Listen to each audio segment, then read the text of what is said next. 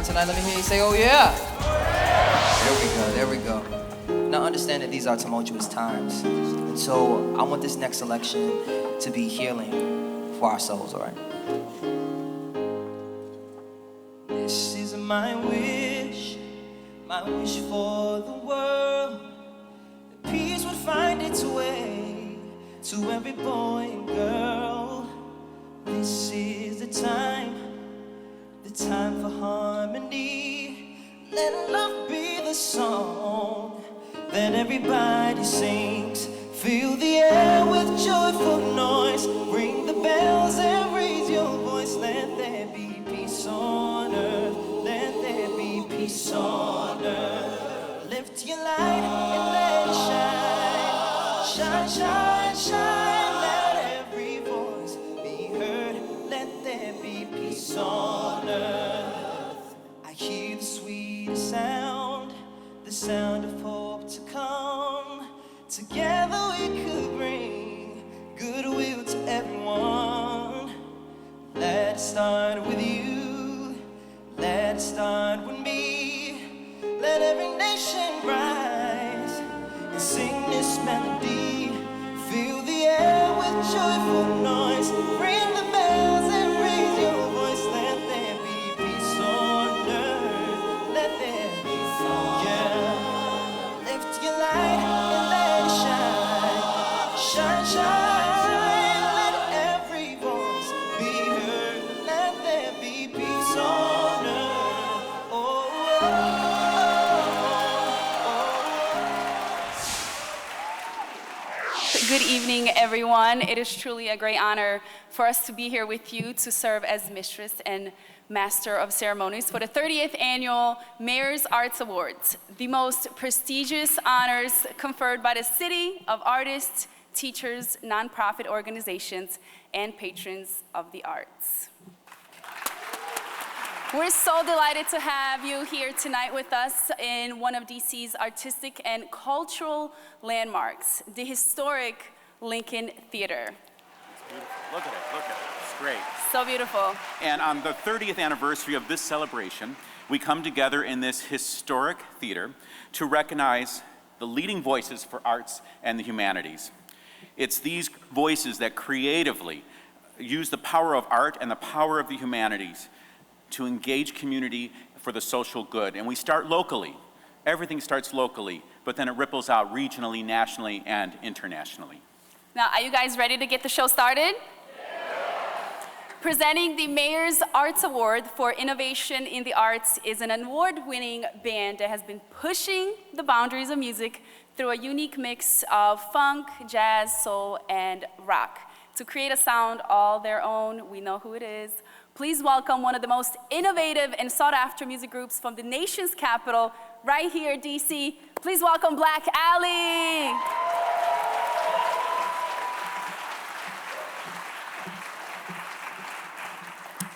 Good evening. It's truly an inspiring experience for us to be here tonight to present the award that honors our kindred spirits. As artists, we're always busy brainstorming about innovative ways to compose a song that expands the funkability of our unit, which is Black Alley. Innovation in the arts can be defined as the act of introducing something new, evolutionary, different, and sometimes a bit risky to further advance and enhance the art form. The Mayor's Arts Award for Innovation in the Arts recognizes an individual artist, artist group, or organization that is breaking new ground with arts and humanities, and whose contributions to the arts, culture, and the creativity has made a lasting, significant impact on our city. The 2015 finalists for Innovation in the Arts are 826 DC,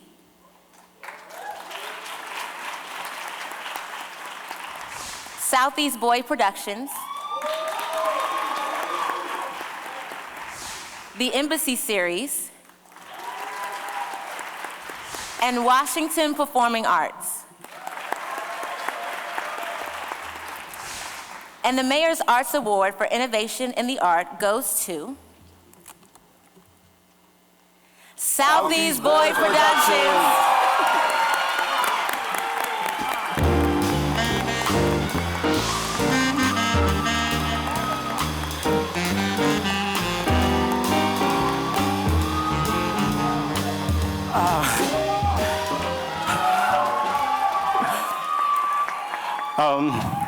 Okay, they only gave us 30 seconds. So first of all, I want to thank God for, I'm gonna try to do this without crying.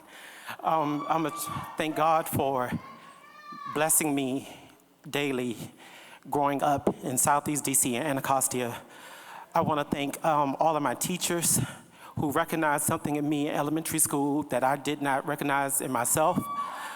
I want to thank my son who's standing here with me. This is a great honor to get in front of him. I would like to thank my team of Anacostia and City Boys somewhere over there.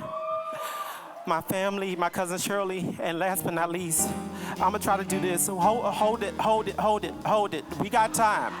I need to thank somebody. We need to hold it. I'm gonna keep talking. I want to thank the greatest mother in the world. That is my mother. When it was cool for everyone to drop out of school, just before my senior year, I went to my mom and I said, I don't want to go to school. And she said, you have two choices. On your graduation, you can either get a hug and a kiss from me, or today, you can get your foot in your... Needless to say, on graduation day, I got my hug and kiss. Thank you, Mom. I love you so much.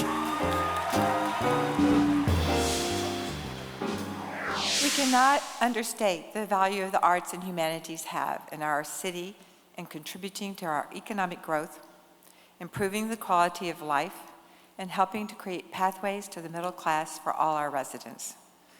Arts and culture have a huge impact on all of us here in Washington.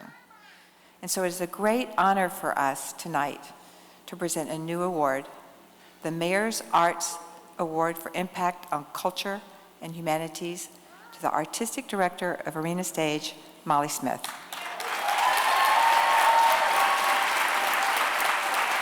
As I'm sure many of you know, Arena Stage has deep roots here in Washington, dating back to its founding in 1950, and has been a major force in the history of American theater.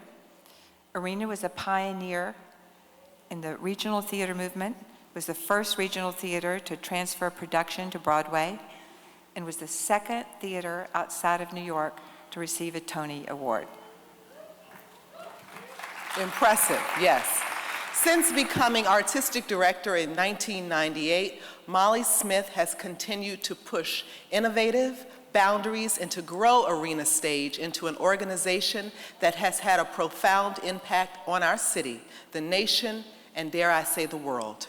Under Molly's leadership, the theater undertook a major renovation from 2008 to 2010, emerging as Arena Stage at the Mead Center for American Theater. The complex is now the second largest performing arts venue in Washington, and it is at the forefront of development of the Southwest waterfront area. Molly has committed herself to continued growth of American theater, positioning Arena Stage as a leader in the development of new works and masterful representations of the classics. Time and again, Arena Stage delivers powerful productions to young and old, productions that highlight the magic of theater and that showcase Washington, D.C. as a true capital of the arts. I could go on and on about the role Molly has played, right, in the cultural fabric of our city and our nation. But we wanted to share with you some of her friends and colleagues and what they have to say about her and the great work that she's done. I came to Washington, D.C. from Alaska. I had a theater company that I ran there for 19 years called Perseverance Theater. I knew Arena Stage from my time here as a student in the 70s. It's one of the best theaters in the United States. Before Molly came along at Arena Stage, there was a great lady there. And there were big shoes to fill. Molly did it in many, many ways, but one of the most impressive to me was her use of non-traditional casting. So one of my greatest prides is that we have diversified the audience. Molly, with a boldness that stunned me when she first told me that she was going to cast a multiracial production of Oklahoma. I just couldn't see it. It just didn't make any sense. And what she produced and directed was an amazing, brilliant performance of the play. It is more than anything a lesson for me that I learned from Molly that this can be done. Oh, well, I think Molly Smith is the greatest.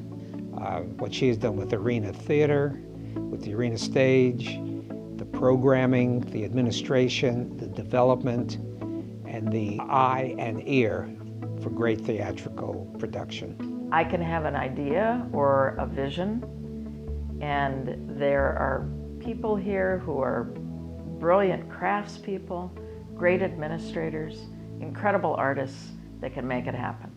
I've been very fortunate in my role here as the artistic director at Arena Stage. Congratulations on this very well-deserved and prestigious honor.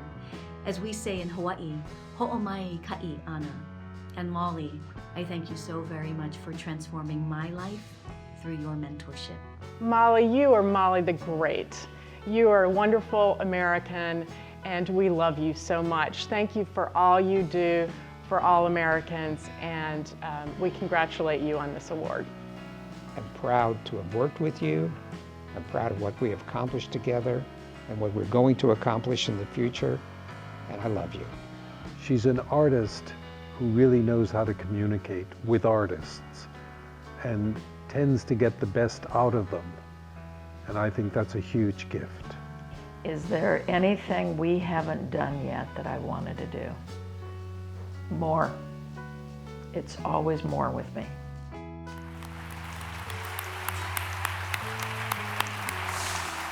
Ladies and gentlemen, please welcome to the stage Molly Smith, the 2015 Mayor's Arts Awardee for Impact on Culture and Humanities.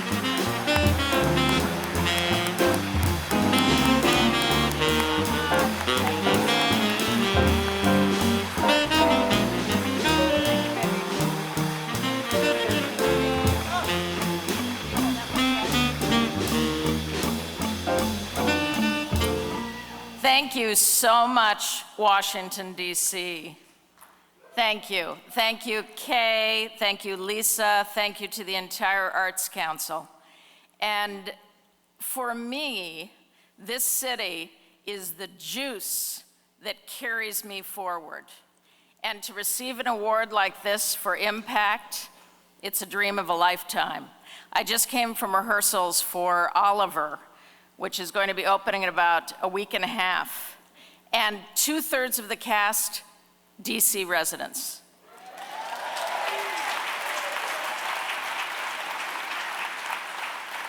All the musicians in the pit, DC residents.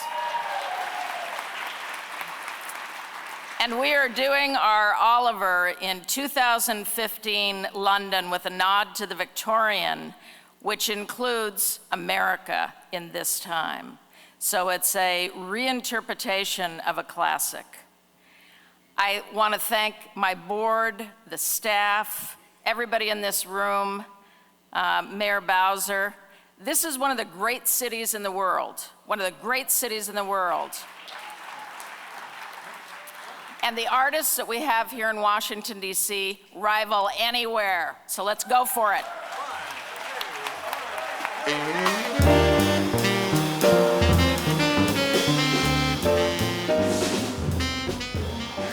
Now, let's reflect back to a very historical moment in time when DC's Greater U Street Corridor was a renowned African-American community that flourished culturally, economically, and socially in the first half of the 20th century.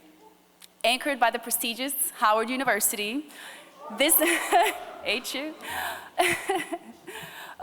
this neighborhood was home to the great American composer, Duke Ellington. Its legendary nightclubs and this very theater hosted entertainment icons like Sarah Vaughan, Billie Holiday, Cab Calloway, among many others.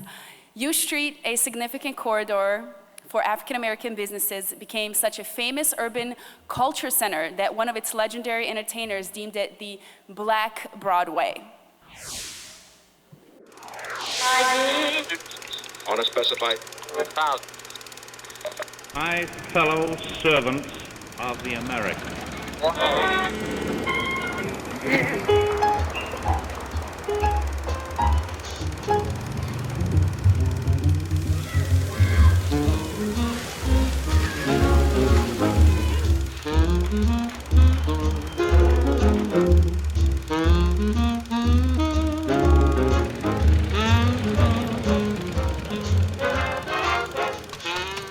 Hey, Black Washington, the weekend is finally here and time to get your life. This is DC's fave and ooh, so fine disc jockey, Thundercat. Now, I know you had a hard week working for the man, so it's time to relax, kick your feet up, and unwind. So come out and meet me later on Black Broadway on U Street. Tonight, the delightful and beautiful Miss Pearl Bailey will be performing at the Lincoln Theater, 8 o'clock sharp. Let me tell you, it was something else. The roaring 20s indeed. When jazz and bebop hit Washington, D.C., it was like a freight train rolling through this little southern town. People just couldn't get enough of it. Hey, Bailey, you're on it too. Okay. And you see, this neighborhood all around U Street, this is where the black middle class lived. U Street was the intellectual, cultural, and social hub of Black DC. It was a thriving Black community, created for us, by us. U Street was Harlem before Harlem. Now, that doesn't mean everything was peaches and cream. Thanks to old Jim Crow, even here in the nation's capital, Black folks like us couldn't go downtown to hear music or theater. They wouldn't let us in the door. But do you think we'd be denied? No, we wouldn't. So what did we do? Black entrepreneurs started opening up Black clubs all over the neighborhood. And oh, were they ever jumping.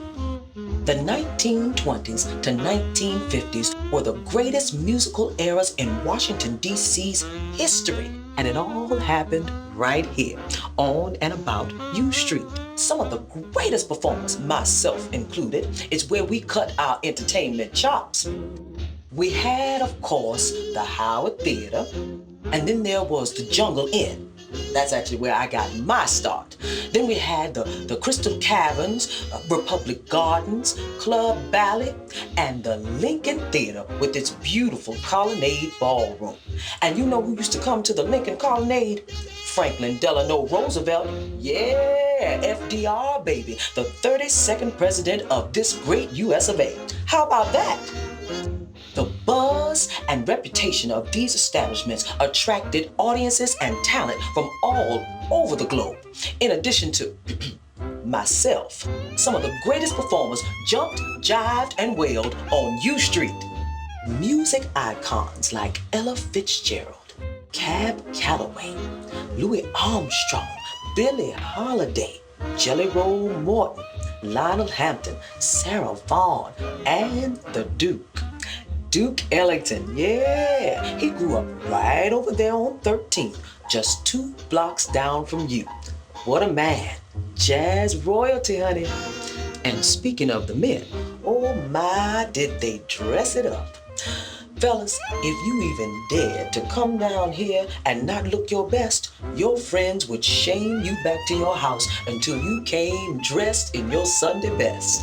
Top hats, tuxedos, fedoras, and zoot suits. Those men were looking sharp. And the ladies, do you think we'd be outdone?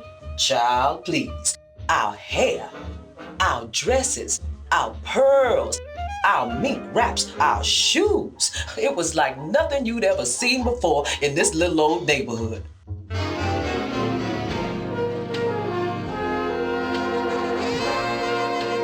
U Street was DC's Black Broadway.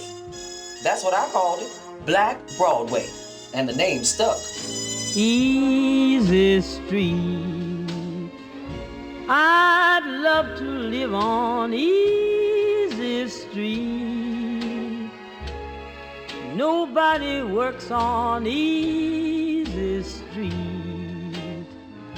Just sit around all day. Just sit and play the horses. Life is sweet for folks who live on easy street. Please welcome jazz singer and native Washingtonian, Aquia Ulrich.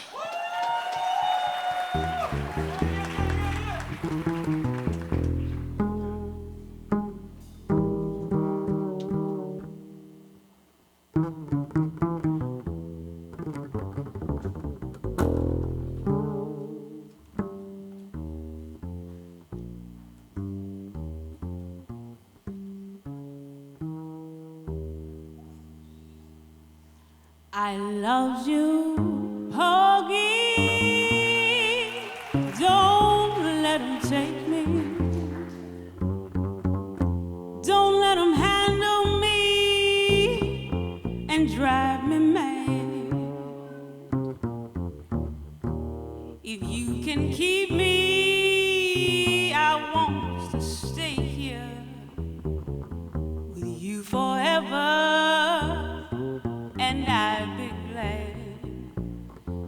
Yes, I love you, Porgy. Don't let him take me. Don't let him handle me with his hot hands. If you can keep me,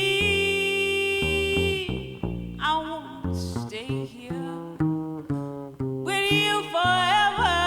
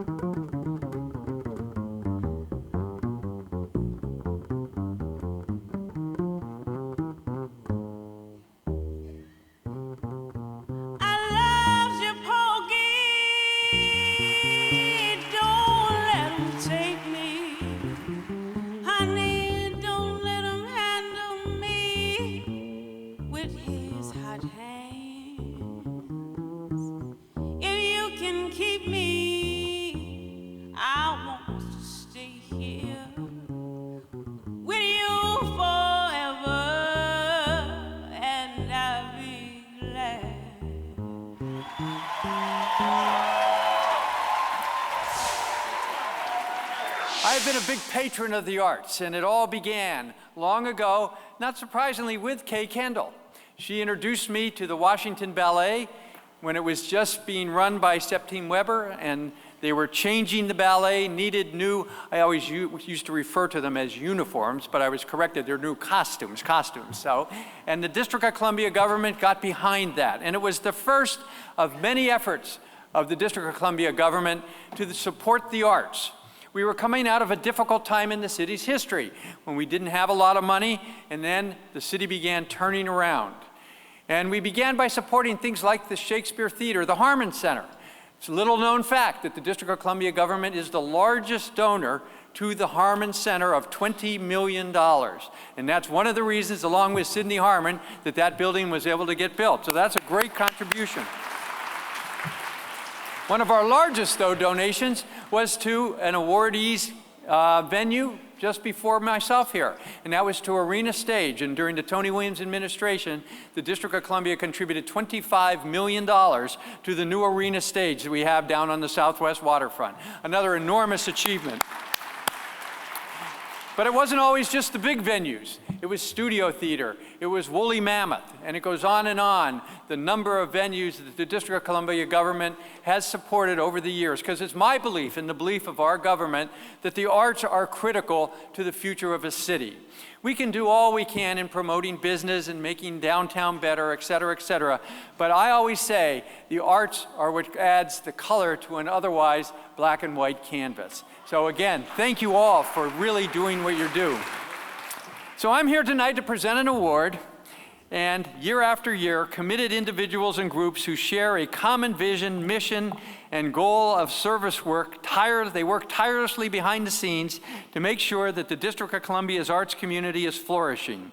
It's due in large part to their work that our city's artists are propelled to new heights and our residents can experience diverse and compelling works of art. And I'm very honored tonight to present this year's award for excellence in service to the arts. This distinguished award is given to an individual or private, public, or government organization that has proven their dedication, visionary leadership, financial support, or other services vital to the development of the arts in the District of Columbia. The 2015 finalists for excellence in service to the arts are the DC Arts and Humanities Education Collaborative,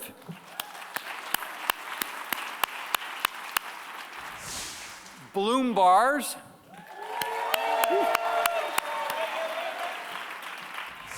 the Washington, D.C. International Film Festival, and Women in Film and Video.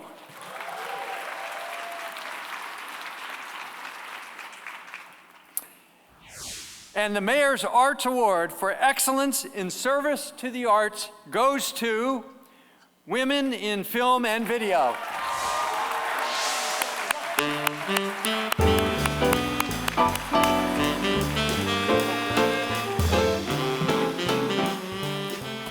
If I look tall to you, it's because I am being lifted up by all the people that have helped Women in Film and Video to be a successful organization.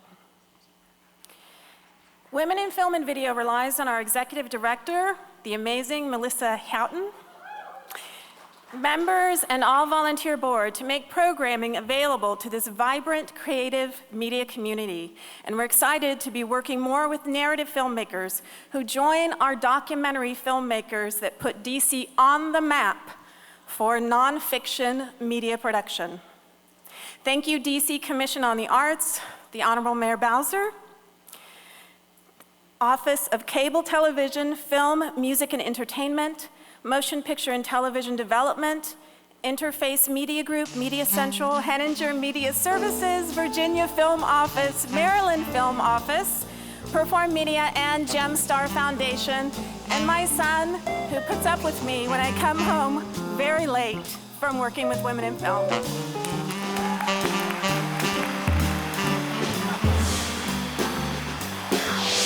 Welcome the award-winning, internationally renowned songwriter, producer, and performer, Citizen Cope. You know it ain't easy for these thoughts to leave me. There are no words to describe in French or in English. 'Cause diamonds, they fade. Flowers, they bloom. I'm telling you, these feelings won't go away.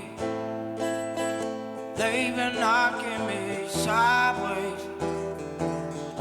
They've been knocking me out late. Ever you come around me, won't go away. They've been knocking me sideways. I keep thinking in a moment that time will take them away. These feelings won't go away. They've been knocking me sideways. They've been knocking me out late. Ever you come around me, these feelings won't go away. They've been knocking me sideways. Keep thinking in a moment that time will take them away. These feelings won't go away.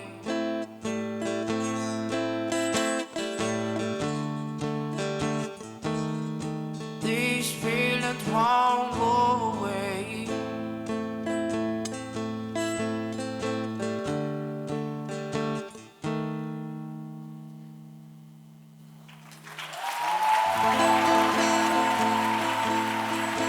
Thank you so much. Our next presenters share a passion to advocate for continued improvement of the quality of education in schools across every ward in the district. Here to present the Mayor's Arts Award for Outstanding Service to Arts Education are the District of Columbia's Youth Mayors Ebony Johnson and Miyako Handon, Youth City Administrator Jamal Holtz, and Deputy Mayor of Education Jennifer Niles.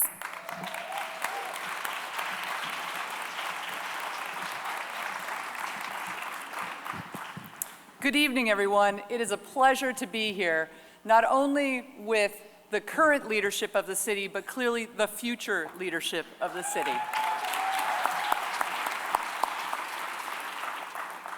I'm very excited to be able to give an award tonight, but I briefly want to say when I was their age, I had a wonderful teacher, and that is Dolores Kendrick, who is our DC Poet Laureate. And so I can't resist the opportunity to say how wonderful it is to be standing here with these folks and to get to see Miss Kendrick tonight.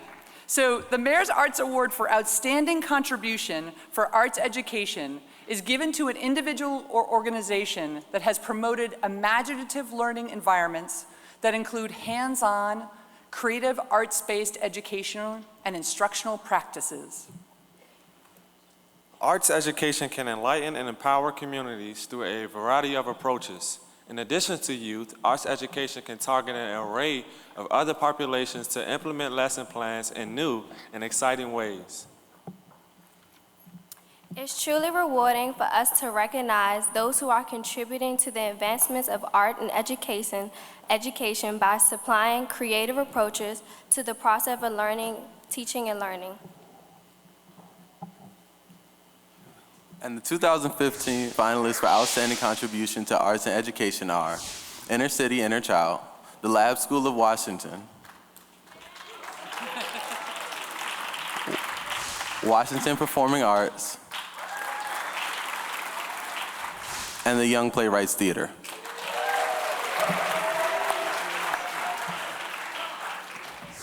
And the Mayor's Arts Awards for Outstanding Contribution to Arts Education goes to, drum roll. Thank you, thank you. Washington Performing Arts.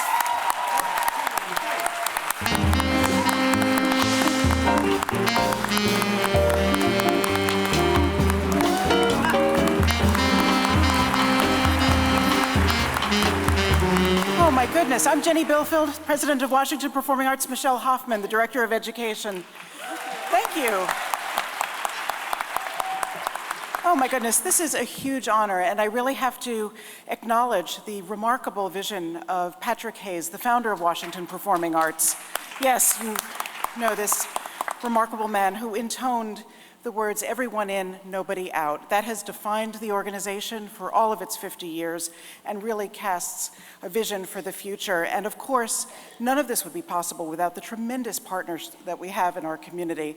The DC Public Schools is headed and helmed by a really visionary chancellor who values the arts as an integral part of education. And it really inspires us and drives our work so critically. We are very grateful for this award. Michelle, would you like to say a few words, because you power that with your wonderful team? Oh, thank you. It's truly an honor to be here in front of all of you, and truly an honor to represent the arts education community here in DC, which is so rich with all the arts and cultural organizations. So thank you on behalf of Washington Performing Arts. Thank you.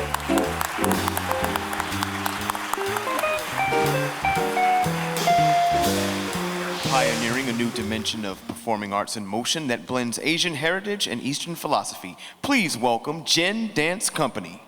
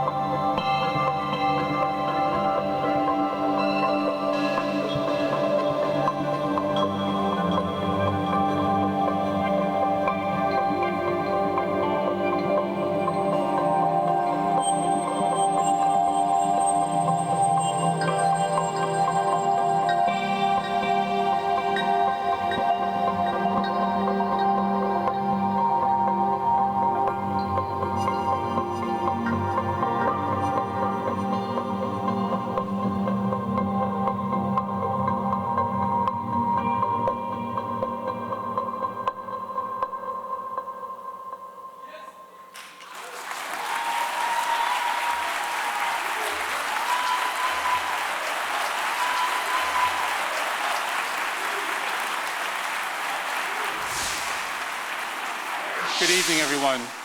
Every year, we take a moment to remember and fondly reflect on the significant contributions some of our local artists who are no longer with us, but whose legacies will be a lasting influence for generations to come. Please join us for a moment of reflection with a performance by the Gay Men's Chorus of Washington.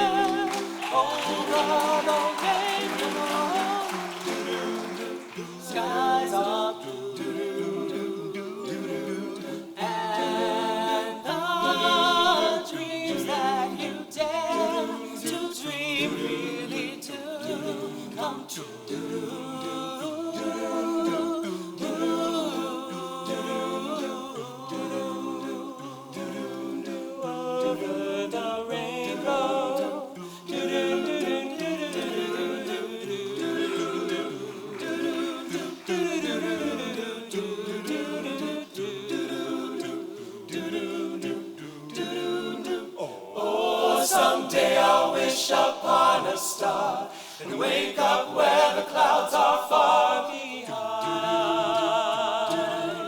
me, where troubles melt like lemon drops high above the chimney tops. That's where you'll find me, somewhere over the rainbow. Birds fly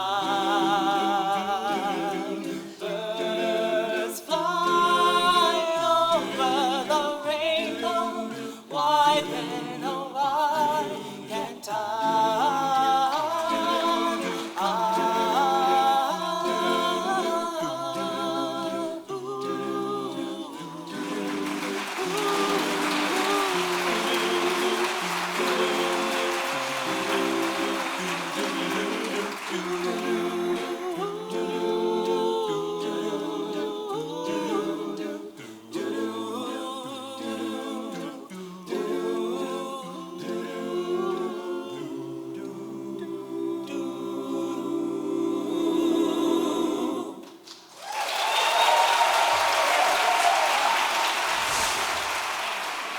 Our next presenters are committed to a very important goal, securing the well-being of our students and ensuring that they are in the best position to succeed.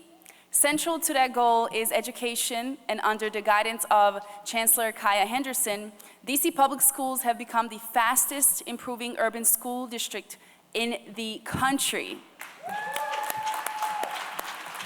Ladies and gentlemen, please join me in welcoming Nathan Diamond, Director of Art, Office of Teaching and Learning for District of Columbia Public Schools, and DC Council Member at Large and Chairperson of the Committee of Education of the Council of the District of Columbia, David Grosso.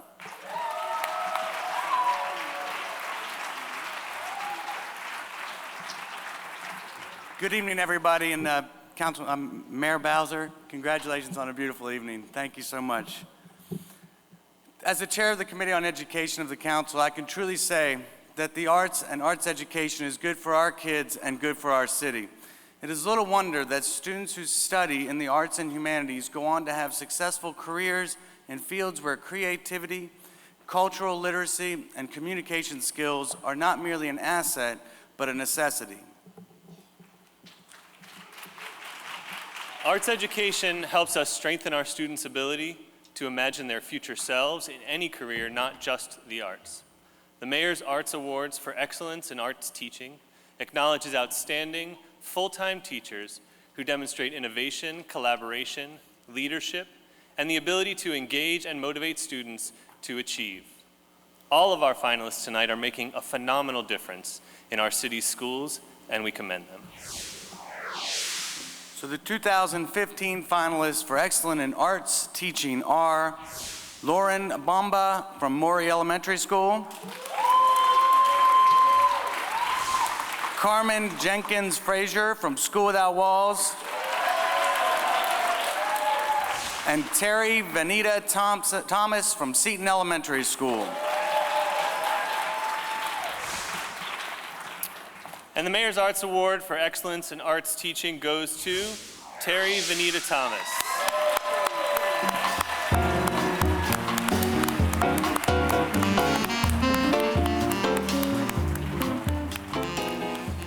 First and foremost, I'd like to thank the mayor, and I'd like to thank the DC Commission on the Arts and Humanities. I'm truly humbled, and I accept this award, not just on my behalf, but on behalf of my wonderful students at Seton Elementary School, where I teach.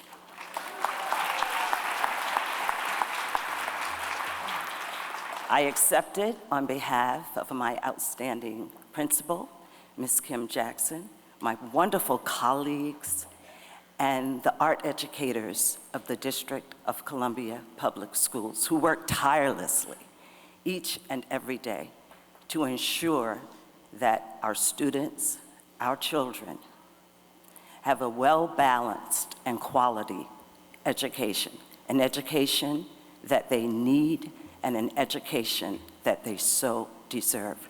I thank you very much for this honor.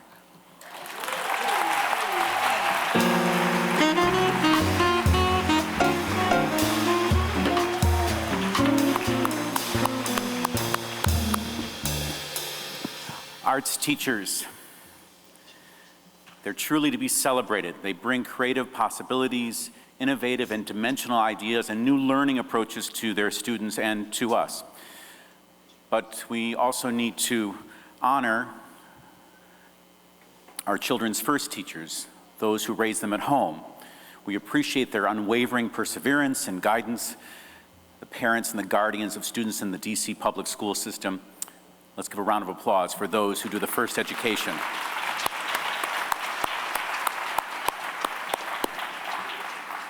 And we also want to celebrate the scholar that you're raising at home, the scholar within you for that matter, and encourage their ability to meet and surpass their goals. Let's give a round of applause again to parents, teachers, those on lifelong learning here in the District of Columbia. It's really good to be back. I like you people. I'm just going to stay. So our next performer is living proof of the importance of an early arts education in schools. In fact, the future of tap dancing in America may rest on the shoulders of this very, tall for his age, 4-foot tall boy. He's been impressing the dance and theater community since 2010, which I think is about maybe half his life. And whether the style is tap, hip hop, modern, or jazz, Luke has received accolades as one of the best young dancers in the United States and in Canada. Ladies and gentlemen, please welcome the young tapping sensation, Luke Spring.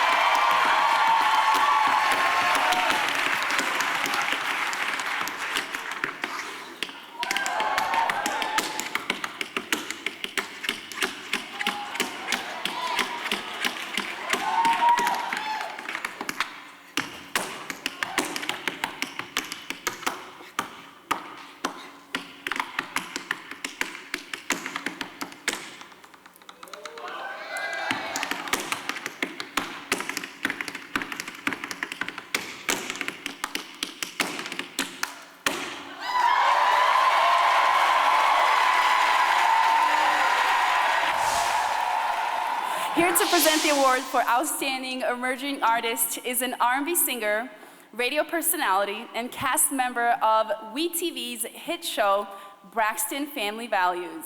Ladies and gentlemen, please welcome the fabulous Tracy Braxton.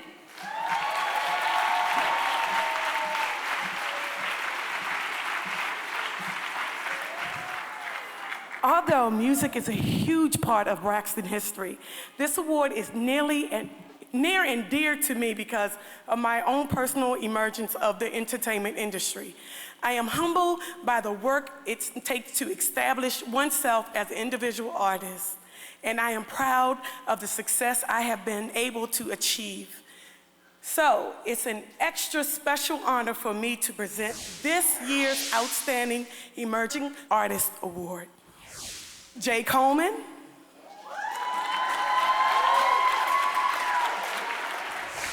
Adam Davises, Company E Inc., and Robert Persons. And the mayor's artists towards this Outstanding Emerging Artist go to me. I'm just kidding. Adam Davis, everyone.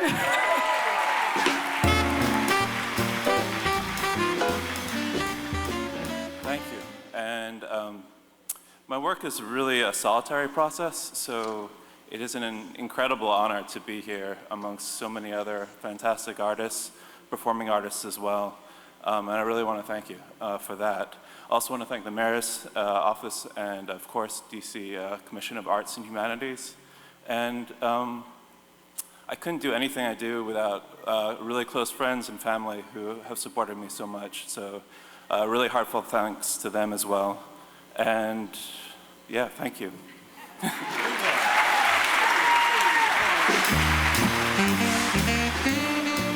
I'm so honored to be able to introduce these two people because I've known them since my early days in Washington.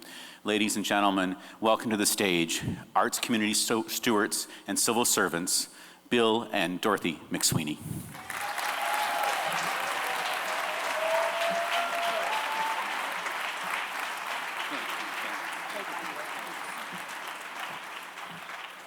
Good evening. Thank you. Mayor Bowser, Kay Kendall, all of our friends here, award winners, those who are hoping to be award winners, and those who work so hard to be winners next year, if not this year. Dorothy and I have lived here almost half a century, and it's been a real joy to be involved with you in so many ways and to see what you have contributed to this great city. Arts and humanities have come so very, very far, and you are all responsible for it, and thank you very much. It is our hope that we, all of us, gathered here in this very historic theater, are sowing the seeds that will enable our children and our children's children lives to be enriched by the thriving arts community in the District of Columbia. We congratulate all of tonight's nominees and winners for being our champions of the arts.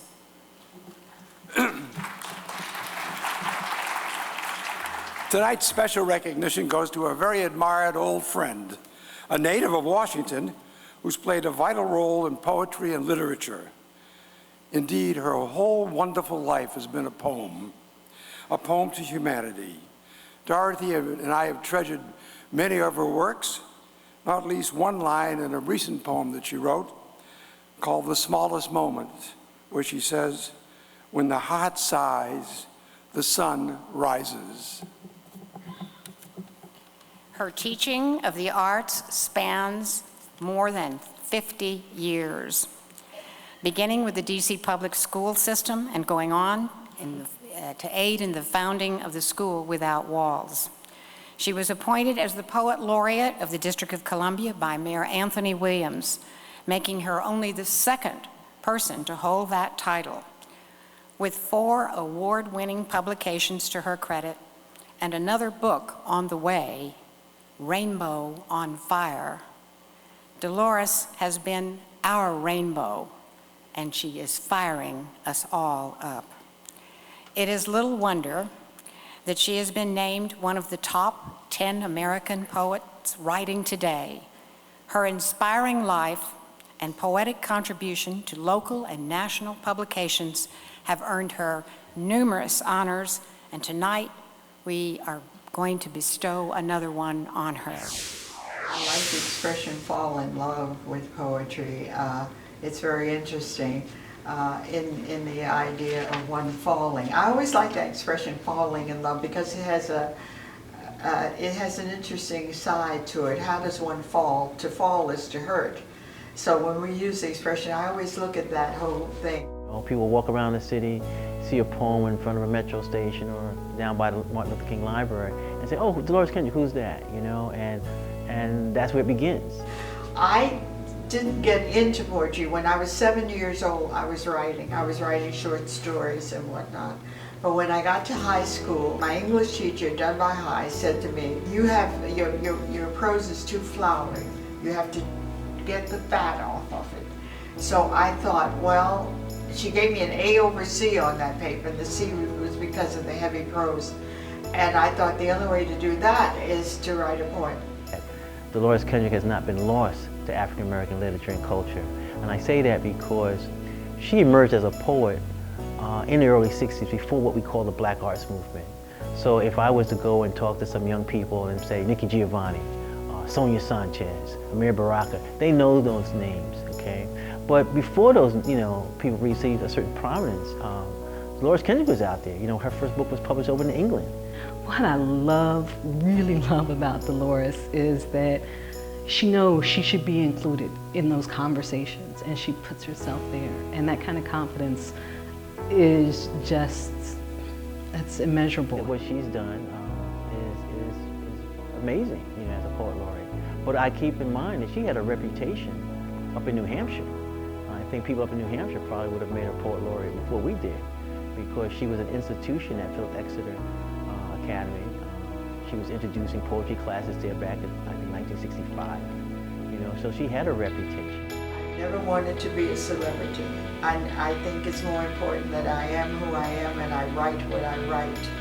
And my writing is so important that it has really a life of its own many times, because I can start a poem and when I let it alone and then the next day I come to it, it's already begun to write itself. I believe that my talent comes from God, and I don't interfere with that.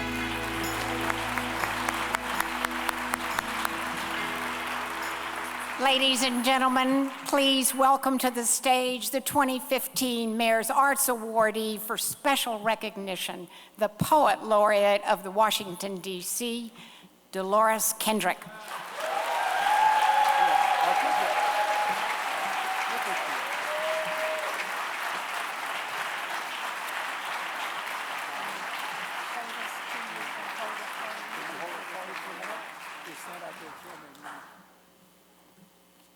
Thank you. I always admire audiences who applaud before they know what they're getting.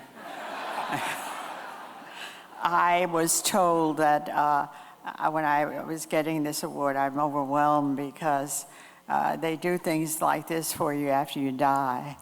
And I have no intention of going that route right in. I hope that I didn't know how long I had, and when I told Ebony Banks that I had written a little speech that would take about 3 minutes, she said, "You have one." I said, "Can I take 3?" She said, "Okay, go ahead and take the 3. So I did a poem called "Thank You Is Not Enough." This is the sentiment of one of the new poems featured in my new book, Rainbow on Fire. With these words, the poem celebrates the passions of friendship, love, and devotion, all the celebrity and eternity of them. I am joyful beyond the telling of this story, but the vision took a while, all the way back to when I was appointed the DC Poet Laureate by Mayor Anthony Williams. It took an Anthony Giddens, who was then director of the commission, to anchor me to the faith of my talent when I told him that I did not want to take the honor and run. that I wanted to establish an office through which I could bring poetry to the community in a more vibrant and lively way.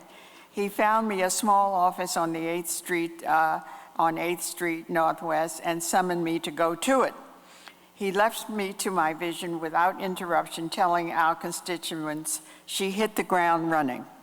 Now, I didn't know what that meant until I found out that it was referring to these World War II paratroopers who, when they hit the ground, in enemy territory, they ran. Since then, there have been a chorus of supporters, a few of which I'd like to acknowledge here. Carolyn Parker, my friend and associate who has helped to make the office the wonder that it is today. We were recently noted as the best state poet laureates in the country. Many of you know her better than you know me. Carolyn is here. Ebony Blanks, with me from the beginning on 8th Street. I have never heard a no from this talented woman. We have been scrutinized and sharing space since the early days on 8th Street. Ebony, thank you. Dorothy McSweeney, who was chair of the commission back in the day, as the saying goes, encouraged and helped and sanctified the programs I began to establish with a passion only God could give me, and I think she urged him on. And then Karen Baker, who has worked with me for several years in her very professional and talented role as associate in charge of venues. She is a master of nuance and contacts within a civilized and dialogue and continually nurses a yes.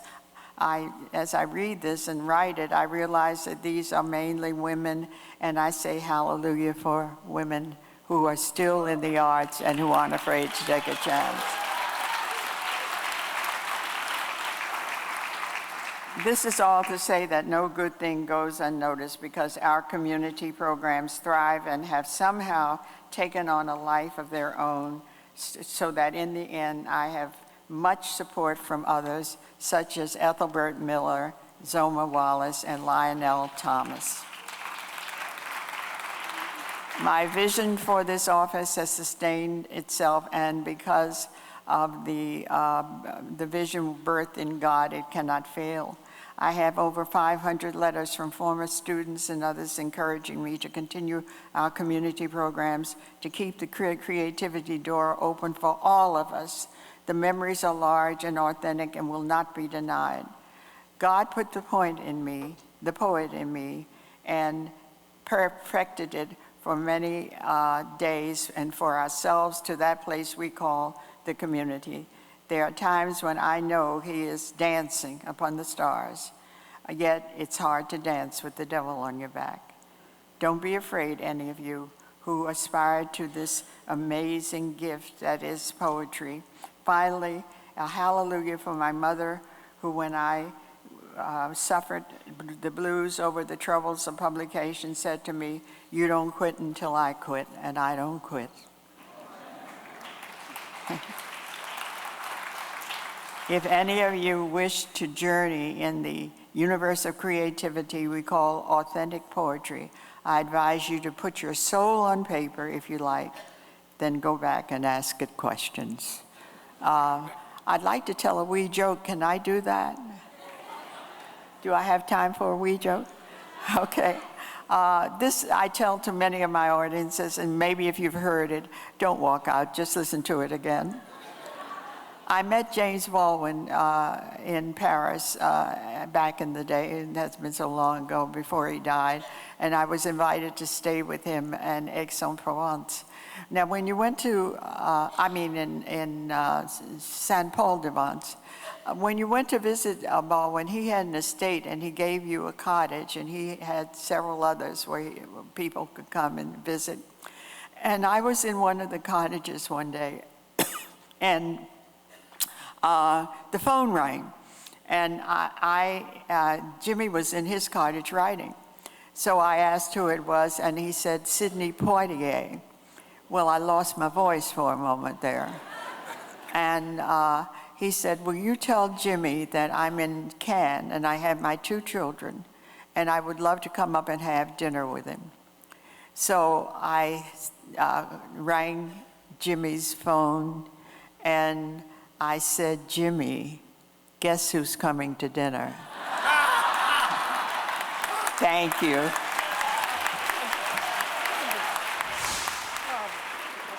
Now, our next performers are a part of a group that uses poetry to teach and empower teens from the DC metro area to speak about issues of social justice, showing that a simple conversation about our differences often exposes the fact that in many ways we are actually all the same.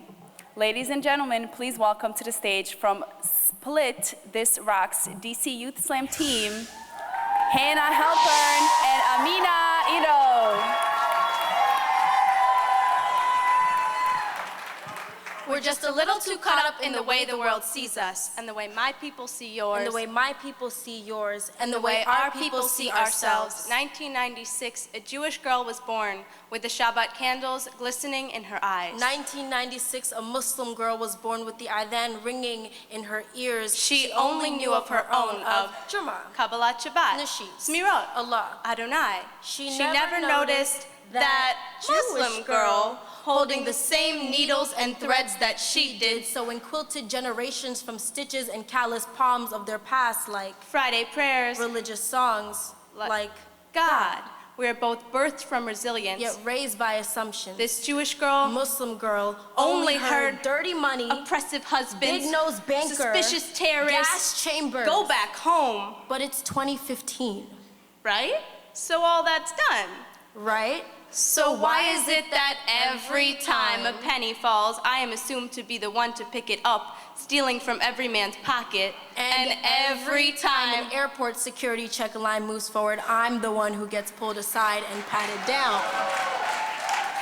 we've both looked discrimination in the eye. We both live in a country that swears up and down that all people are equal. Our hands should be caught together, this race as one, fighting against the stereotypes that this country has put upon my people. In Hebron, a 14-year-old Palestinian girl was killed when a Jewish settler shot a bullet into her right eye. She'll never get to witness her holy land come back to her. In Herzliya, a 14-year-old Israeli girl was killed by a Palestinian pipe bomb. She was just trying to eat her dinner at her favorite restaurant by the beach. We are told to stay within the confines of our religion, of our tradition. As the young Palestinian girl's life ended by Israeli gunfire is worth any more or less than a young Israeli girl's life ended by a Palestinian pipe bomb. This world would rather chew up and spit out our history than help these two girls. That could have been us. This world has devoured our past. But how quickly it forgets. You are what you eat. See, this Jewish girl and this Muslim girl are far more similar than our religions would like us to believe, because I bet you didn't realize that we have the same favorite movies. And that we both love hummus. And we keep being asked the same damn questions every time we fall head over heels. Is he a respectable Muslim boy? Jewish boy? Did you meet him at the mosque? The synagogue? That little Palestinian girl. And that little Israeli girl. We'll never get to be asked these questions, never get to discover whether they had the same favorite movies, or whether they were both going to become poets, performing on stages like this one. And we may not have either. Had we let the way the world sees us get in our way. We are connected. We are one. Like Adonai. Like Allah. Like God.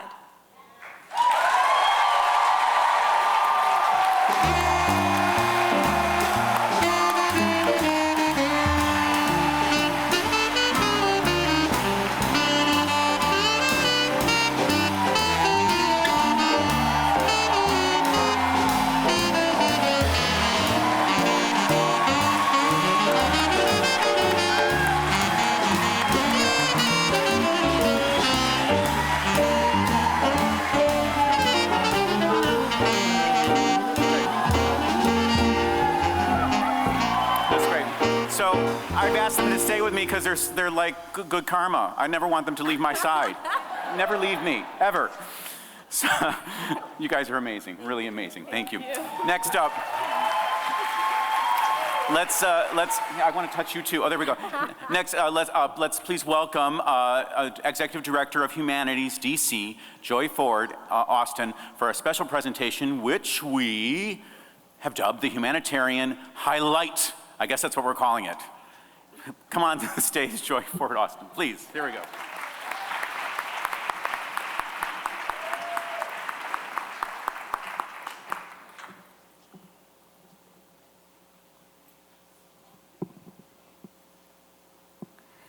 Good evening. It's a great pleasure for me to present this special honor to an organization whose mission echoes our mayor's vision to fight homelessness in the district and honors amazing writers and poets. Since 2003, Street Sense newspaper has been changing the story of homelessness by offering economic opportunities to people experiencing homelessness through literary arts and media. Their work and innovative approach harnesses the talents and aspirations of displaced men and women in our community. Homeless men and women write more than 50% of the publication, which features articles, short stories, and poetry. Not only is Street Sense providing employment opportunities to the homeless through the sales of its newspapers, it connects men and women with other service providers for housing, healthcare, and financial management. Street Sense has deepened our appreciation for the humanities through the newspaper, which covers significant topics affecting the lives and aspirations of one of our city's most vulnerable populations. And for me, one of the joys of my life is to pick up my copy of Street Sense from the corner of 14th and U and to chat with a poet who says, "Catch me on page 5. Street Sense gives meaning to the statement, there's a poet on every corner of this wonderful city.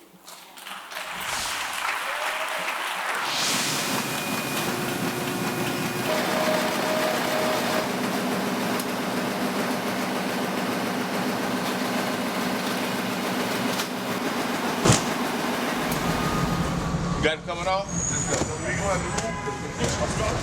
Time is money.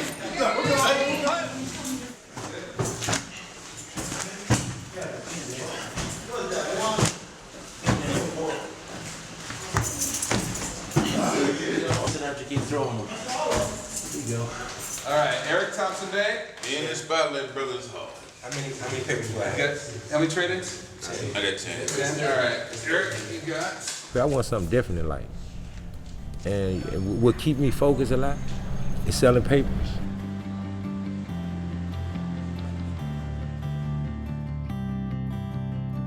Out of, I'm gonna say 100 people that walk past me, maybe 1 or 2 of them will buy a paper.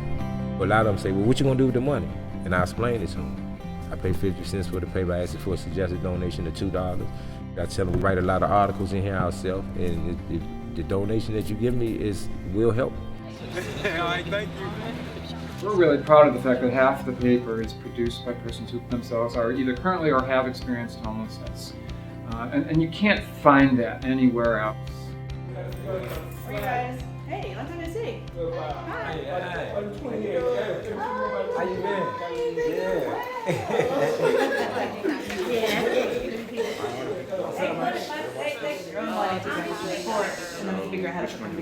Well, the workshop has helped for me because it gave me ideas. I basically want to start it out with the definition of it that I got off the internet. Okay. I knew I was going to need a lot of help, and when I came here, I got my outline.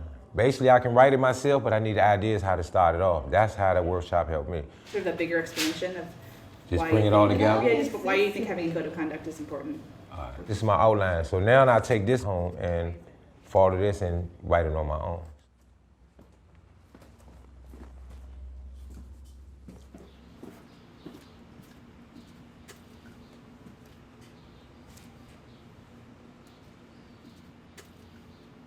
I was on my way back to the shelter. I was staying somewhere else, didn't work out. My brother and his wife offered me this room right here. And I was doing Street Sense, I was doing the papers, and I was like, well, I'm making enough money to pay my rent. So I came here, I love it here. It's small, don't have no closets, but this me right here. I get my best thoughts when I'm by myself, with my music playing, I can sit down, I can think.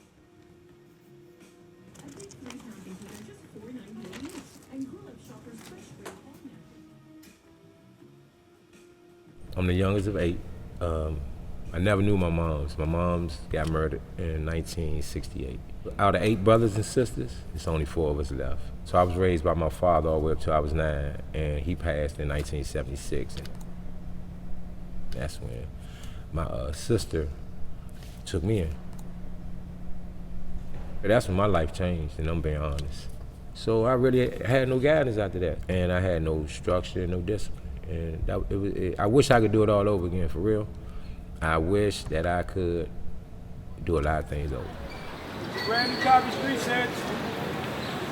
It's only a $2 donation, Street Sense. When I first started with the paper, I wasn't thinking like I thought now. I was on drugs when I first started Street Sense and stuff, but now I focus on I gotta pay rent, I gotta pay my cell phone bill, my insurance, these things that I need. So that's how important the paper is to me, by meeting people and opportunities. And I put a lot of work in my articles. Even though I make a lot of mistakes when they edit it, they correct, I put a lot of work in it. So I know the other vendors doing the same thing.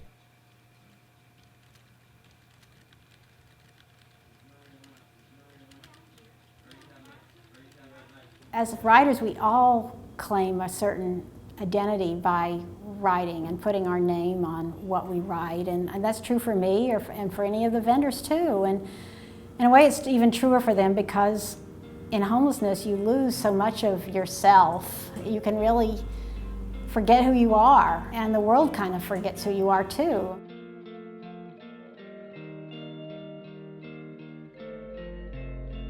You hope that as people, if there is a moment when they stop and listen and maybe even buy the paper, they might actually learn something from the paper and they might enjoy talking with the vendor. And it makes their lives bigger and richer to have that experience.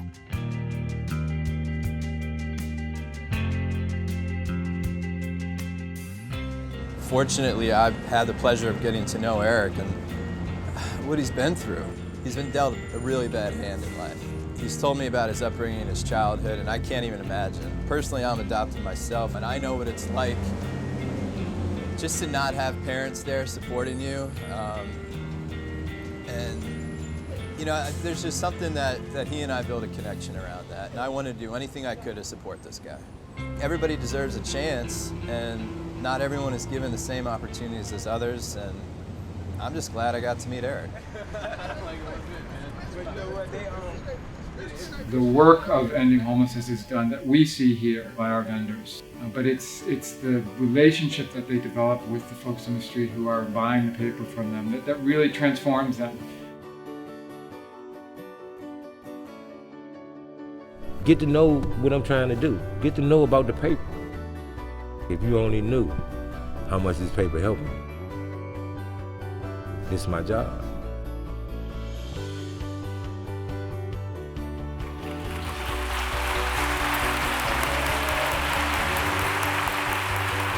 Ladies and gentlemen, please welcome to the stage humanitarian Brian Carome, the Executive Director of Street Sense.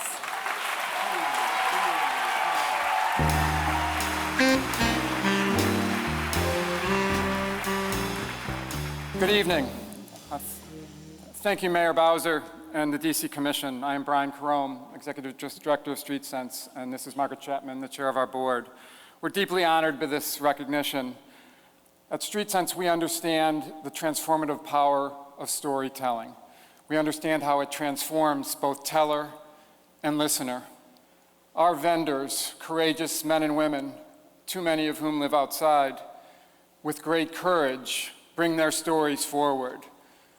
Beyond our newspaper, today they bring stories forward in film, theater, illustration, photography, and audio podcasts.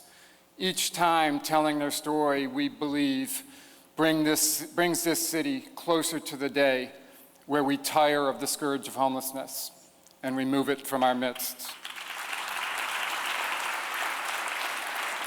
Mayor Bowser, we at Street Sense are deeply inspired by your pledge to end chronic homelessness by the year 2020. We believe at Street Sense that housing is a human right and that we are not a just and whole city and a beautiful city until homelessness is ended.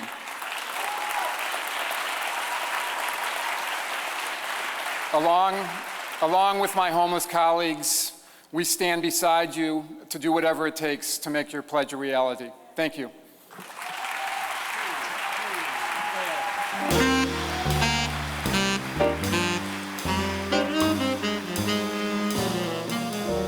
To present the Mayor's Art Award for Visionary Leadership, please welcome the Deputy Mayor for Planning and Economic Development, Brian Kenner, and the Ward 5 Commissioner with the DC Commission of the Arts and Humanities, Jose Alberto Ucles.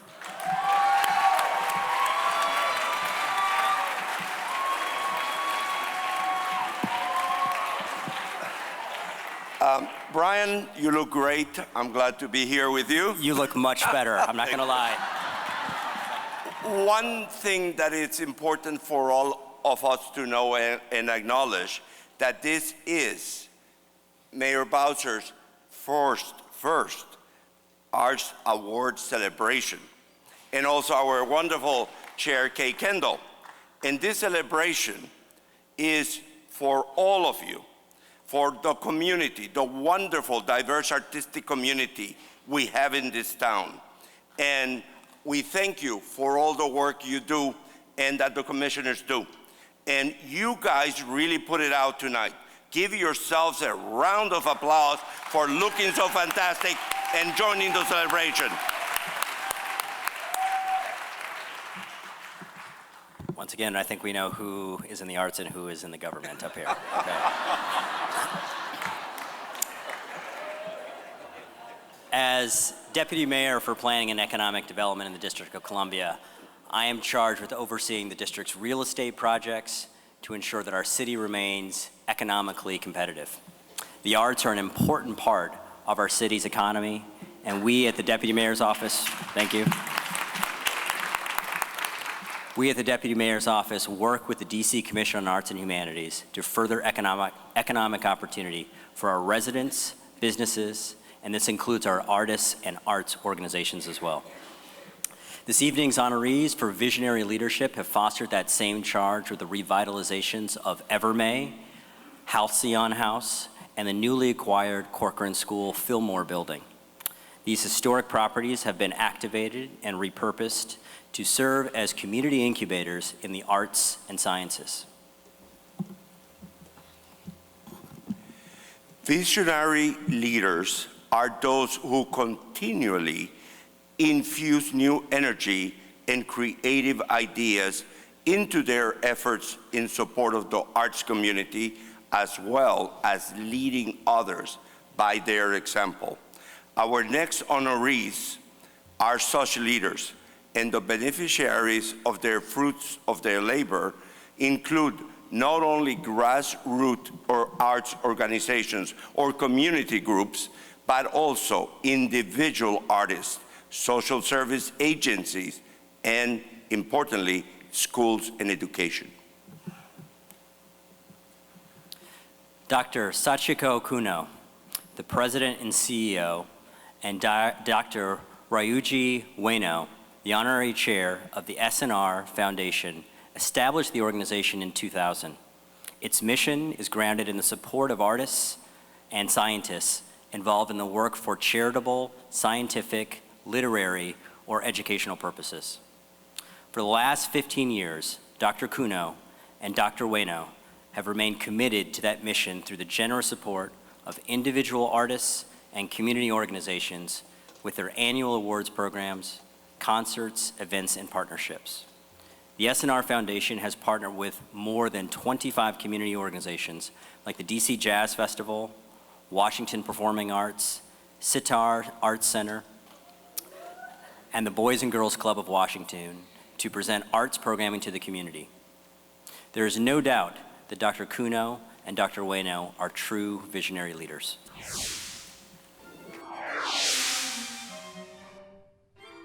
S&R Foundation is founded by Dr. Ryuji Ueno and myself in 2000, and that is a non-profit organization, and that to support talented individuals in the art and science and social entrepreneurship. In total, we have 10 programs now, and 5 of those are relating to the art.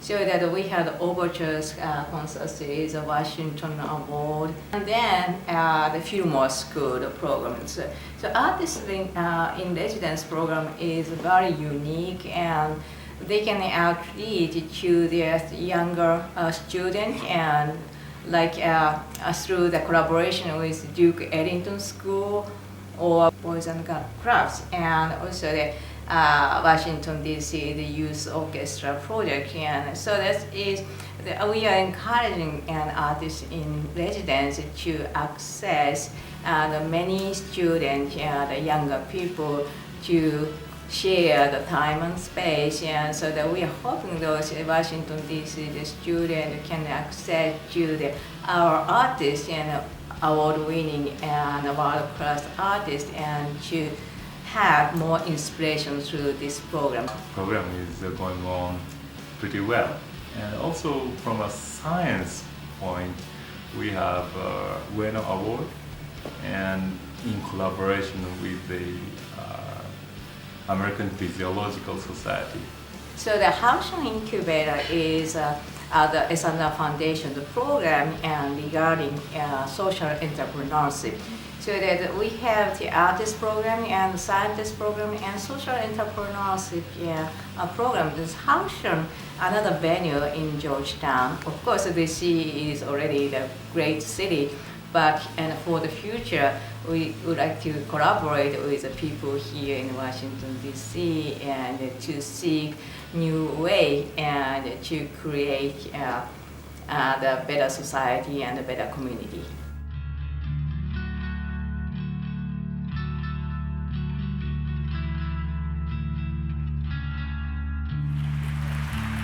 Ladies and gentlemen, please join us in welcoming the recipients of the Mayor's Arts Award for Visionary Leadership, the very dynamic and unique and committed couple, Sachiko Kuno and Dr. Ryuji Ueno. Thank you so much. And I'm very honored to be on the stage. And on behalf of myself and my partner, Dr. Sachiko Kuno, and also with S&R Foundation, where we did most of our artwork in Washington, D.C. The video is so well edited, so I don't have anything to add to that. It's a kind of art, I can say. But I would like to add a couple of things because myself and Sachiko Kuno, my partner, both like Washington, D.C. very much. We settled in 1996, so almost 20 years in D.C. But I never think of going anywhere else. And I'm not an artist, I'm a scientist, an inventor of medicine. So it's quite a natural course of my thoughts that if I could do something while I'm in DC, I can bring back something back to the DC local area. That's what I'm thinking about. Thank you very much for today, and all the supporters to S&R Foundation and all the Washingtonians. Thank you so much.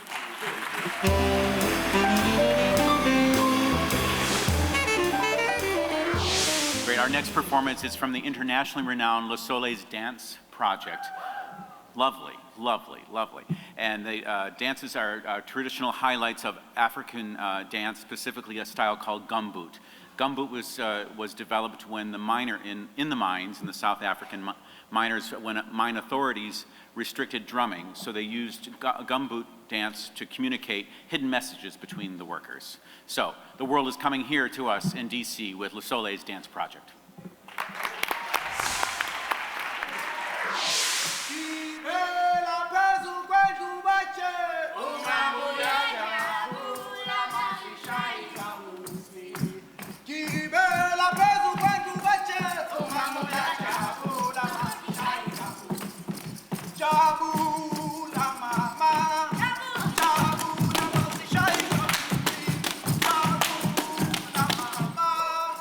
Jabu la masi shai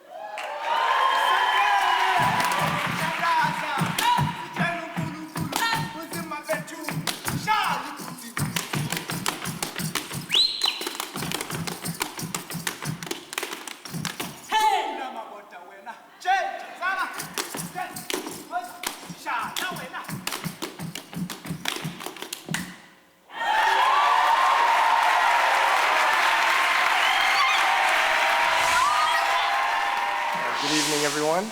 So over the course of the evening, you've heard us speak all about the real importance of the arts. I personally think that the importance lies in the fact that the arts are so central to human existence that the very quality of our communities and societies are measured by the extent to which they nurture artistic creation.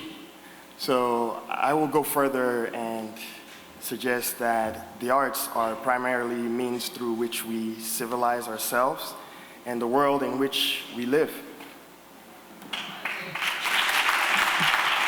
Well said, Ania Khan. The Mayor's Arts Award for artistic discipline is given to an individual or an organization with a remarkable history of remarkable achievement in a specific art form. Our 6 finalists tonight represent the diverse spectrum of our local arts community who are enhancing the arts, culture, and creativity through programs and initiatives. So the 2015 finalists for excellence in artistic discipline are Joy Ford Austin, Koyaba Dance Theater, the National Hand Dance Association, Pan American Symphony Orchestra, Split This Rock, and Renee Stout. And the winner of the Mayor's Arts Award for Excellence in Artistic Discipline is Renee Stout.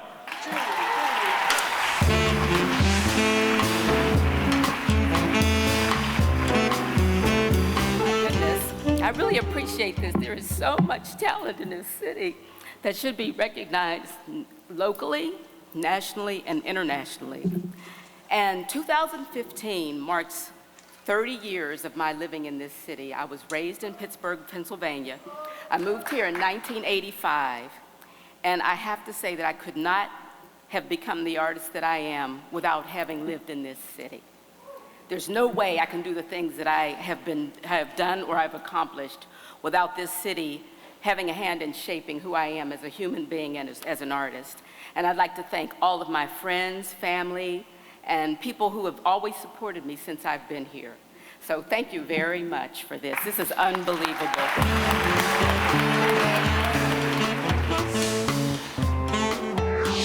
In 1942, at the height of the London Blitz during World War II, Winston Churchill submitted a budget to the British Parliament that included substantial support for the arts. With his city laying in ruins around him, he was up for criticism. His response: if we don't maintain the arts, then what are we fighting for? I think you agree that Churchill is right. He understood that the arts and humanities are not a frill, they're not an option, they're not a supplement. They are probably more life than anything else. The arts help us to define what it means to be humanely human. Since taking office in January, Mayor Muriel Bowser and her administration have closed a nearly $200 million budget gap, while at the same time investing and implementing community arts programs and innovative capacity building initiatives like Compete DC and Innovation Month. For the first time in nearly 17 years, Mayor Bowser approved closing U Street this past May to host the second annual Funk Parade, a free festival celebrating the musical heritage of U Street. From film screenings for students to creative spark arts workshops in DC public and charter schools during National Arts Education Month, Mayor Bowser and her administration are truly committed to the arts and the creative economy across all 8 wards of the District of Columbia. Please join us in welcoming the mayor of this great city, the Honorable Mayor Muriel Bowser.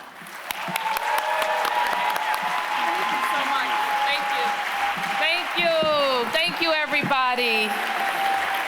And good evening, everyone. I am so happy to be here for a wonderful night of celebrating the arts in our nation's capital.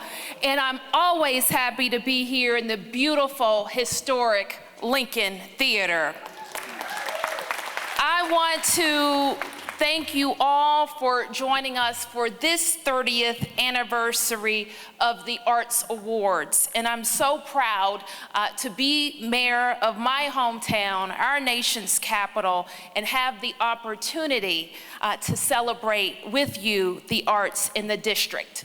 Tonight, we come together to recognize our vibrant arts community and to celebrate the importance of arts and humanities to our city, to our culture, our economy, and our quality of life. I am so thrilled that our friends on the Council of the District of Columbia were here today earlier, David Grasso and Jack Evans, who have been champions of the arts at the council.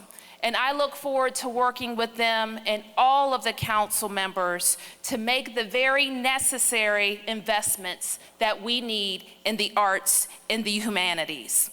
My administration has been focused on how we promote and foster arts across all 8 wards of Washington, D.C. And when I say that, I mean that. We have so much talent and energy around the arts in our city. And it would be a shame if every ward, every family, every young person, every senior couldn't take advantage of it. So I know that you will work with me to make sure that we will be focused together on real investments in our creative economy, on investing in building a robust cultural plan, in finding and creating a signature festival for our city, and being invested in robust public art, and of course, education in our schools. When we do this, we will continue to build on the world-class city that is Washington, D.C. I was so heartened by the presentations I've seen today, especially for our brothers and sisters who are trying to escape homelessness. We're reminded in this city that we have great challenges, but we have what it takes to meet those challenges. And no matter what, great cities have and support the arts, and we will in Washington, D.C. too. And tonight, my friends, I have the pleasure to present the Arts and Humanities Lifetime Achievement Award. This year's award goes to someone who has literally dedicated her life to help the arts flourish in DC and beyond. I cannot think of a more deserving person to receive this award than Peggy Cooper Kafritz.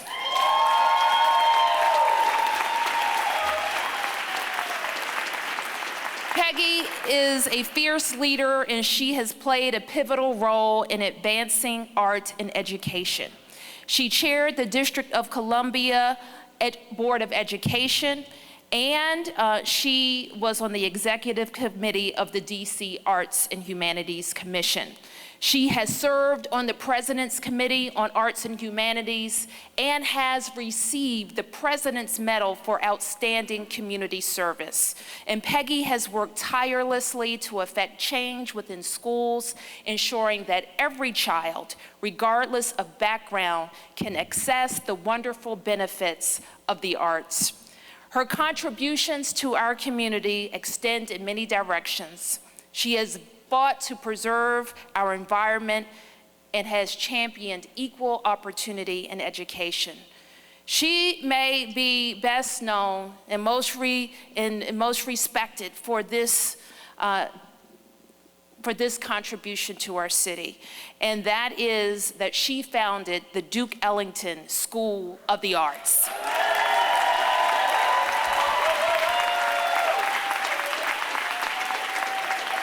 And she's been fighting for it every single day since. We are fortunate that we can call Peggy one of DC's own, and I'm honored to be able to recognize her today and her extraordinary achievements in the arts. What valuable contributions do you think Peggy Cooper Catfritz has made over the years? Now that is an incredibly loaded question because we can sit here all afternoon and talk and still not touch on everything, right? So one of the easiest ways to answer that question is the school itself, the Duke Ellington School of the Arts. So Peggy Cooper Catfritz, along with Mike Malone, was the co-founder of the Duke Ellington School of the Arts. It was founded in 1974. Well, I know her since 15 years ago, but I know that for decades and decades, her contributions have been immense. I've known Peggy for 45 years. My best friend was Mike Malone, and so I was there really almost at the beginning of this journey. So we have learned a lot together. Why do you think she should receive the Mayor's Arts Awards for Lifetime Achievement? Outside of the fact that she's Peggy, because of her incredible passion for young people and the passion for the arts and her advocacy for arts and arts education. You can go anywhere in the art world and say the name Peggy Cooper Catfritz and you'll get, oh, Peggy, yes, Peggy. She's always fighting for the kids in DC, trying to save them. I don't think her life achievements are over, but I think it's better to give someone their props while they are alive and can appreciate them. And for what she's done for the city, for the arts community, and for the people of the city, I certainly think she's due some recognition. I aspire to make, just a fraction of a mark on the world that Peggy has done. And so I am so glad to call her my friend. I know that she have at the end of her emails a quote that says, "Give until it hurts." And I think that describes her really well. She's always giving, even if it hurts. And I admire that. I know that it's hard sometimes, but we need you, we love you, and it would be difficult to see this road ahead without you. So I keep saying, we want to walk into the new building together, arm in arm, as we did when we walked into Duke Ellington School in Georgetown. Peggy Cooper Catfritz, we love you madly.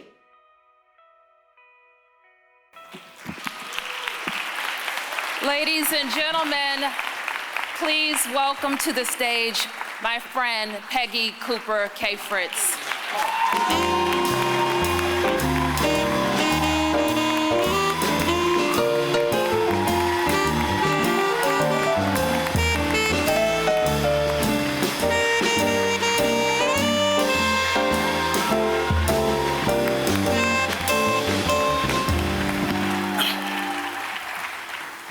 Good evening. This means a lot to me. I am so pleased that I am receiving this award under the administration and the leadership of Muriel Bowser, our mayor, our excellency, our Reverend Doctor, and everything. Now, I think that I mentor the mayor. In my mind, that is, in my mind. Because every time I have, of late, every time I have a dream, I wake up the next day and see that the mayor has had the vision and she's had it executed. So that makes me feel really good. And what that means is I have seen so much growth in the mayor, like every single day. And I love her and I love what she is doing so very much. So that makes my receiving this award mean extra. And also on the Arts Commission side, Kay Kendall, whom I'm not going to tell you how long I've known her because it might say something about her age. So I'm not saying a word. But the Arts Commission, 30 years ago, I was chair of the Arts Commission. And under that Arts Commission, we started the Mayor's Arts Awards. To make me qualify for this award, it took people other than myself. And I would like to mention a few things. First of all, my beloved Ellington.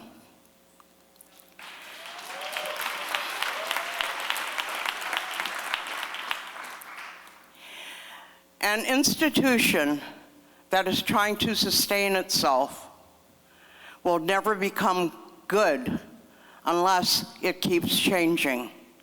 Because you always have to recognize what you don't know and how you could get better and accept that you're never good enough. You keep competing against yourself, and especially in this situation, to bring the very best in the world to Washington, D.C. Once I was on, I'm just going to tell you a couple of important marks in my life, but I was on the Pennsylvania Avenue Development Commission a long time ago. And Jim Freed, who is a very famous architect who did the Reagan building, had terrible Parkinson's and has since died.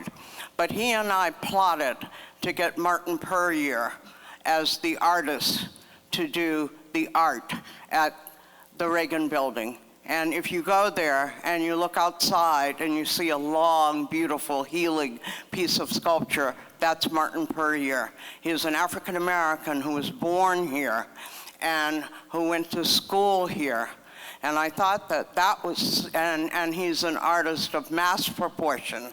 And I thought, and Jim Freed came to think, that it was so important to have an artist like that get what was then the largest arts commission that had ever been given by the federal government. It was like $2 million. And we were very, very proud. We were very, very proud of that. Another thing is working with Rick West to integrate the professional ranks of the Smithsonian. It was quite a fight and it took a while, but our idea was to integrate it, racially integrate it from the top. Because if you're at the table, you have a voice. If you're not at the table, you do not.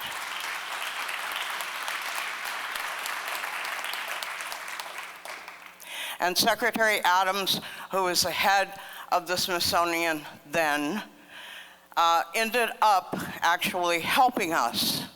And out of all of these efforts, Rick West became the head of the National Museum of the American Indian. And the National Museum of African American Culture is coming soon. And without the efforts to put those voices at the table, we would not be here. And Duke Ellington, and many other things I've been allowed to do in the city. But it's all of those people who made it possible for me to be able to advocate and for it to be possible for me to beg and for it to be possible for me to achieve. One of the things that I was taught growing up and learned in my extremely segregated hometown of Mobile, Alabama, is this. Everyone must have a dream if you want to accomplish something. Next from that dream, you must have a purposeful vision. And then you must have an objective. And then you must have a strategy. And then you must have execution of that strategy. And all of these projects taught that. And I'm mindful of my father, long deceased, who taught me that. But I know that it applies to everything. And no one can tell me. I was 19 when I started working on creating the Duke Ellington School of the Arts. And it is over 40 years old now.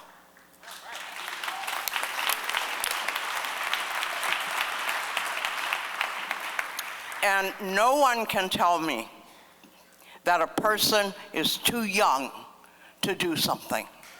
If they have that dream, that defining vision, that purposeful vision, and if they have the strategy, and if they have a way to execute it. They may not see all of those things in the beginning, but if they work with that in mind, they will get there, and we should support them. Not that this is not a young people's world. It is a world that is for all of us. But we who are now older have an absolute obligation to help those who are younger to get where they need to go. And lastly, I wanted to say that the Arts Commission, and we did have the first Mayor's Arts Awards then, but probably about 15 people came and we had 2 performers or something like that. But the Arts Commission has sustained this and many other programs. It has grown. It has fixed things that were wrong. It has strategies, it has vision, and it executes them. And with the additional money that I know Mayor Bowser will make sure it gets, not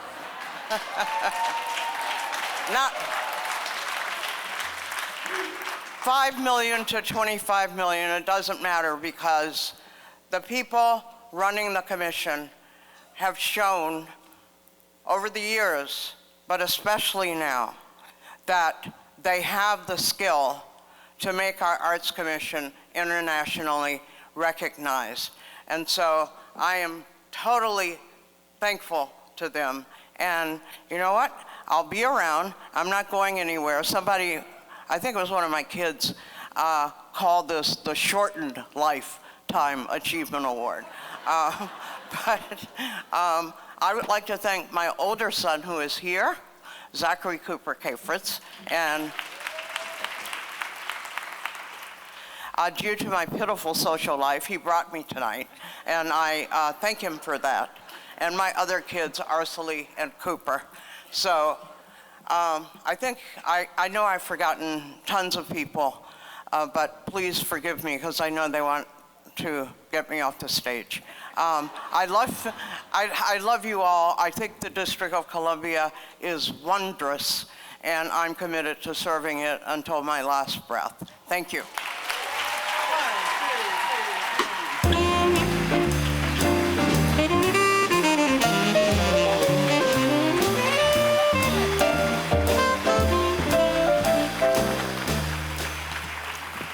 Let's hear it again for Peggy Cooper K-Fritz. And she probably didn't notice we just moved $9 million more to the Duke Ellington School of the Arts. And we'll work on that other bit. But I asked my staff if I could have a couple more moments, because I think you will agree with me that this has been a splendid ceremony, has it not? So please join me in thanking our staff at the DC Commission on the Arts and Humanities. Give them a big round of applause. I want to thank you for joining us tonight.